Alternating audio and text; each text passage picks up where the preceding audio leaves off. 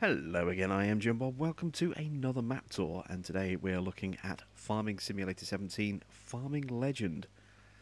Now this is originally a map from Farming Simulator 2011, so it's quite an old map. It's been updated and revamped.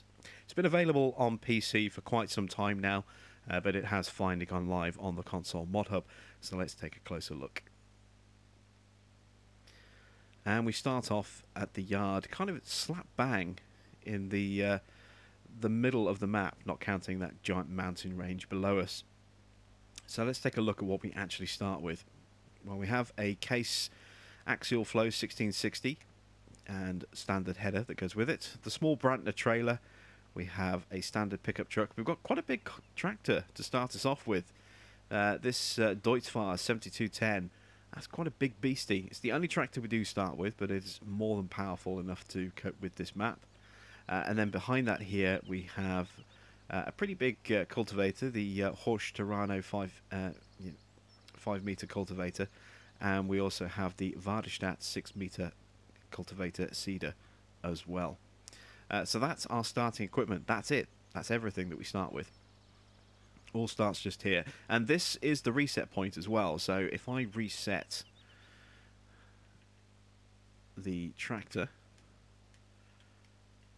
there it is, right next to us. This is the reset point for the map as well.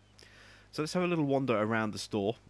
This is our fuel dump just here. So this is where we can refuel our tractors. This is our silo, so this is where we drop our grain off. And then we have a downpipe just here to retrieve grain. Now ignore these ones here. These are static, they don't work, and they do have a pallet of flour underneath each one.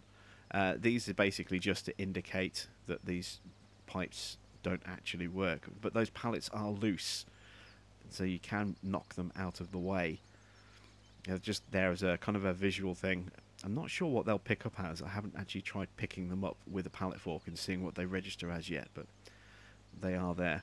We have a water tower, a little bit of storage over here. We have our seed point just there. There is our fertilizer point. This is our barn for selling our hay. And that's pretty much it. We do have a sort of a storage barn just around the corner. Let's quickly just turn off the automatic engine start, because I don't like that, it drives me nuts. So let's take a little tour around the rest of the map. So there's that little barn there that I was telling you about. Quite a nice big storage shed for us to put some vehicles in. And a little brown area there is a placeable area. So it's a small field, but it's so small and it's not actually listed as a field that you might as well actually just roll this down with a roller and actually put some buildings in this spot just here instead. Our store is really closely located. You can see we've got our interaction box for our sell point just there. We also have Emerson's livestock, our animal dealership, just here as well. And then we have our pigs, first of our animals. So there's our manure point and slurry points. This is our interaction box for ordering and dropping off our pigs. We have our food trough just there, and as we make our way around, you'll see we have another water tower. We have a water trough, and then we have a little bit of storage around here. And this is our straw point here, so this is where we blow our straw in for the pigs, just there.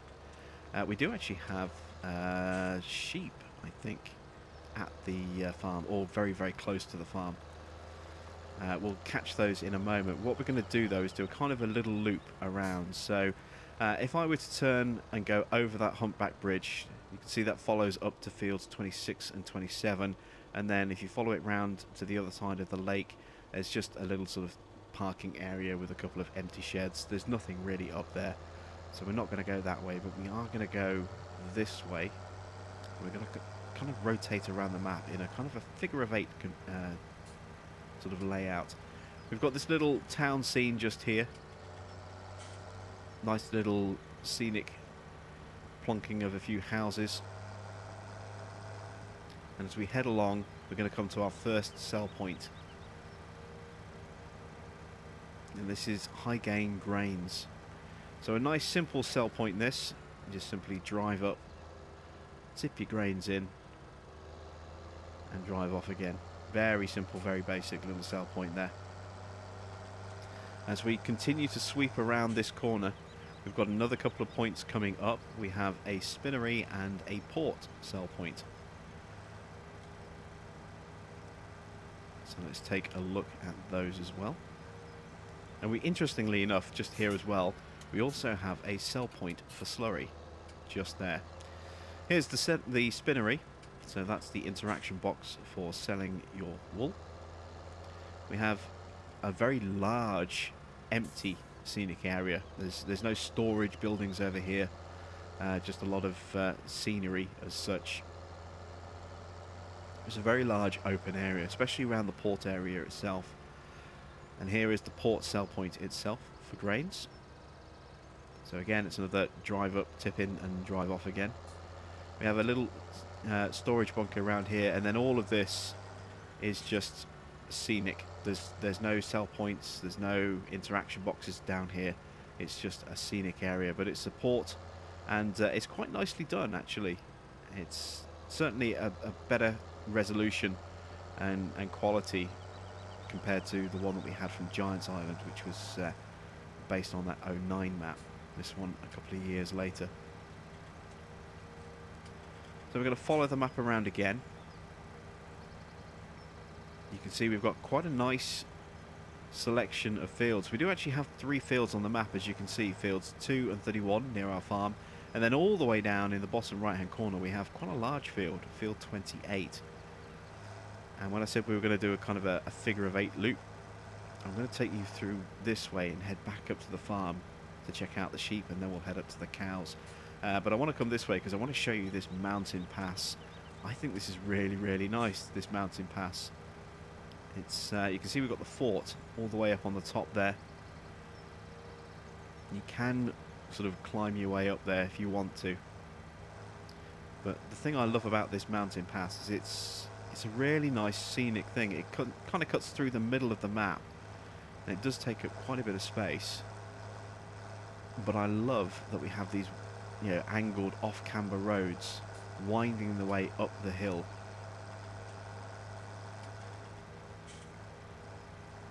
And we've got these boards as well to prevent rock slides. That's a really nice little touch, that we have those there just to stop the road from having cave-ins and landslides blocking the road there. Really nice little touch to see those boards on the sides of the hills there. And then as we come back round the opposite side again, we've got an off-camber turn there. Come back down here. You can see we've actually got a scarecrow in that field just there. And as we head back down, you can see back at our farm, there's our chickens. We're coming back out by the animal market. And we're back to where the main farm is here. So this time, I'm going to head this way. And we're going to go around the farm just a little bit. And this is where our sheep are located, at the farm itself. So if we take a look at the sheep, we have our food trough just there for grass and hay. We have our water trough just there. There is our interaction box, our animal dialogue box for ordering and selling sheep. And there is our wool spawn point there just in front of the shed. And now if we cross over here, we're going to see our 2 starting fields at this end of the map. We have field 31 just there, and then field 2 just there. So 2 decent sized starting fields, not too big, not too small. And if we take this pathway up here, we're going to head up towards our cows.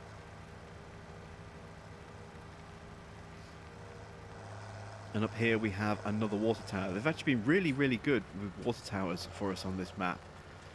So we have some storage up here with these bunker style storage bays. And then we have a bunker here for making silage. very useful for our TMR. We have a little bit more storage just there, so we can store a lot of equipment up this end of the farm.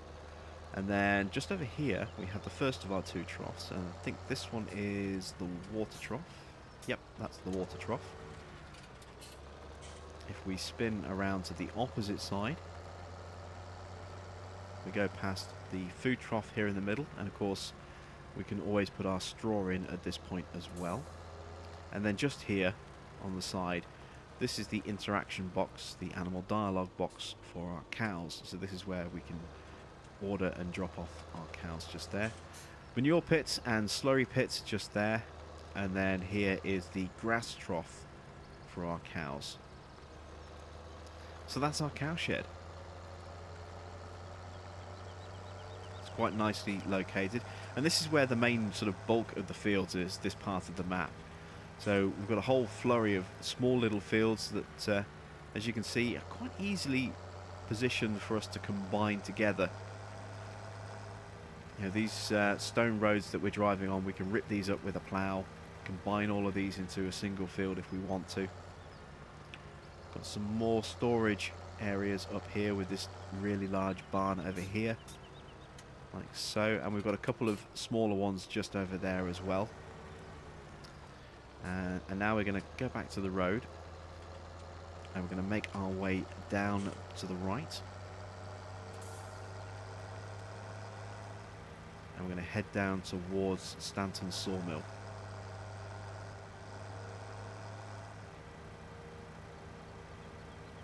So this map has been in and out of testing quite a bit over the past sort of 6 weeks or so. I think it's 7 weeks or so since I first sort of posted on my Facebook page about this map when it popped up into testing. It's great to see that we finally have it, and it's a nice small-ish sized farm. It's not too big, it's not too small. You know, it's a good size for, you know, for a single player, I think. Not too many fields, not overwhelmingly large. Got a nice scenic milk depot just here, Supreme Milk. This is just a static sell point. Sorry, a static scenic point. There's no milk sell point here because obviously we can't sell milk independently on console, but we do have an egg sell point just there, as you can see. And who knows, maybe in the future, if we get a mod that will allow us to actually sell milk independently rather than letting it do so automatically at midnight, maybe though that will get an interaction box for us to sell. You never know. So again, you can see we've got these fields here that can be joined together.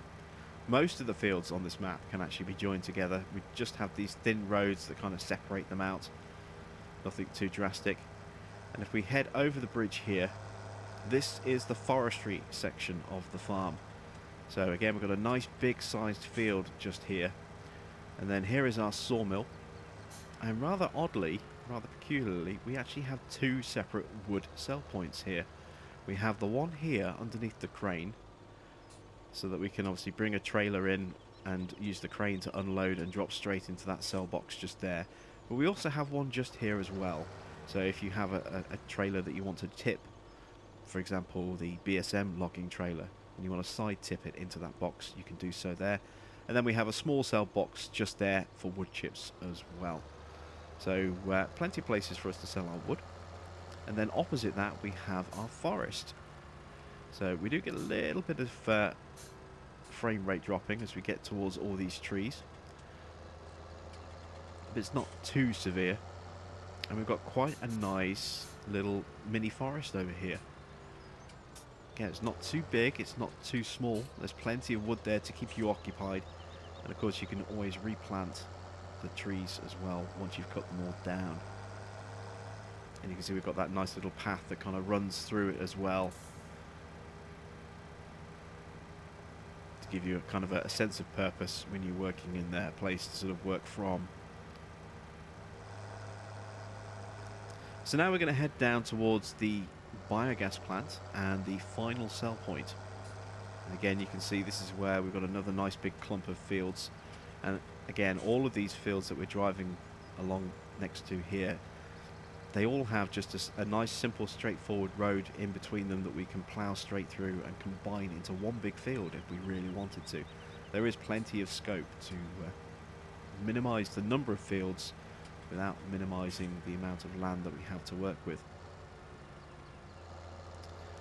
So here we are at the BGA, and the BGA has an oddity about it.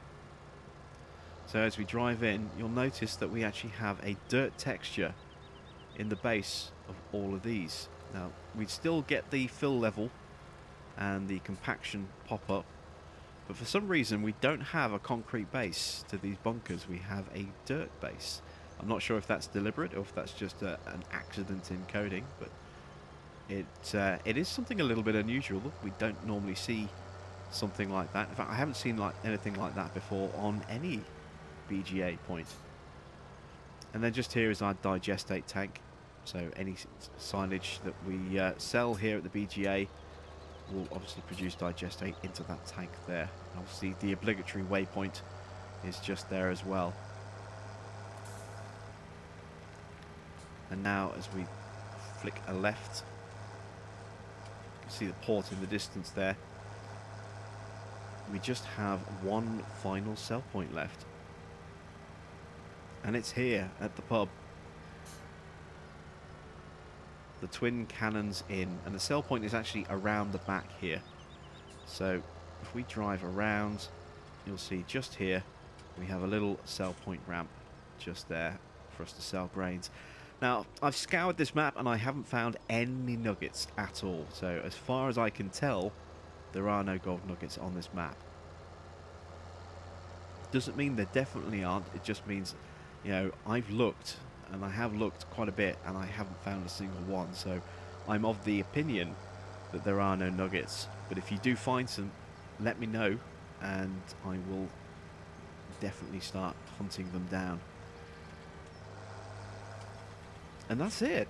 It's quite a small map. It's not that big. But the fields aren't that small. You know, there's some decent sized ones here. This is probably the biggest field. So let's take an idea as to how big this field is and how expensive it is. Now, this field is 11.5 hectares, so that's a decent size. $933,000 to buy, so quite a pricey one.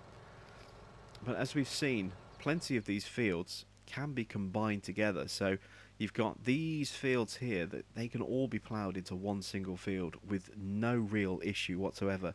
And you can even take it up to the road a bit more if you wanted to curve some of those off a bit. Over here we've got this stream of fields. All of that could be turned into one big field if you really wanted to. Or you could separate it out and maybe have a field running up to here and then make this a separate field. Or maybe make this a field and have all of that running down there as one field. There's options there. And same again over here. There's nothing to stop you from combining these fields over here, these fields just here, these fields here. So you've got plenty of scope for customizing the layout a little bit, you know, however you particularly want to.